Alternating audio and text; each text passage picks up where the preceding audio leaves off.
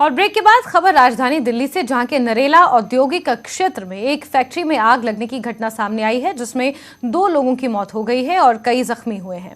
घायलों को अस्पताल पहुंचाया गया है। दमकल विभाग को नरेला में एक फुटवियर फैक्ट्री में आग लगने की सूचना मिली थी। दिल्ली दमकल सेवा के प्रमुख अतुल गर्ग ने बताया कि आग बुझाने के लिए दमकल की 10 गाड़ियां मौके पर पहुंची और बड़ी मशक्कत के बाद आग पर काबू पाया गया है।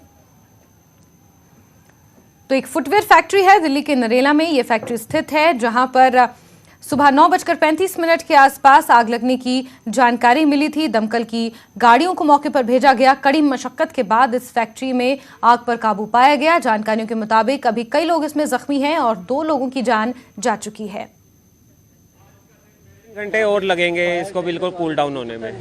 20 लोगों को किया है, 18 इंजर्ड हैं, 2 की डेथ हुई। अभी उसकी इन्वेस्टिगेशन में रहेगा और उसी के हिसाब से हम एफआईआर रजिस्टर करेंगे, सेक्शन उसी हिसाब से लगाएंगे।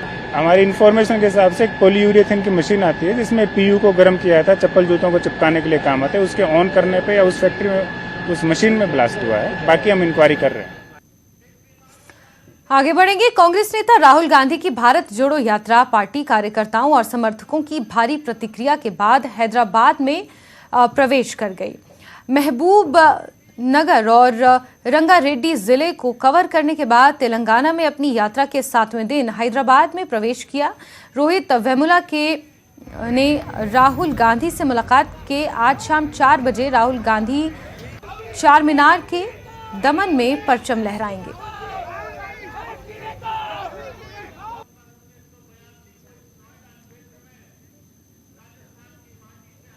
तो आप देख सकते हैं तस्वीरों में, राहुल गांधी की भारत जोड़ो यात्रा हैदराबाद पहुंची। भारी जन समर्थन इस यात्रा को यहां पर मिला और हैदराबाद के बाद अब तेलंगाना में आज राहुल गांधी परचम लहराएंगे कांग्रेस पार्टी का।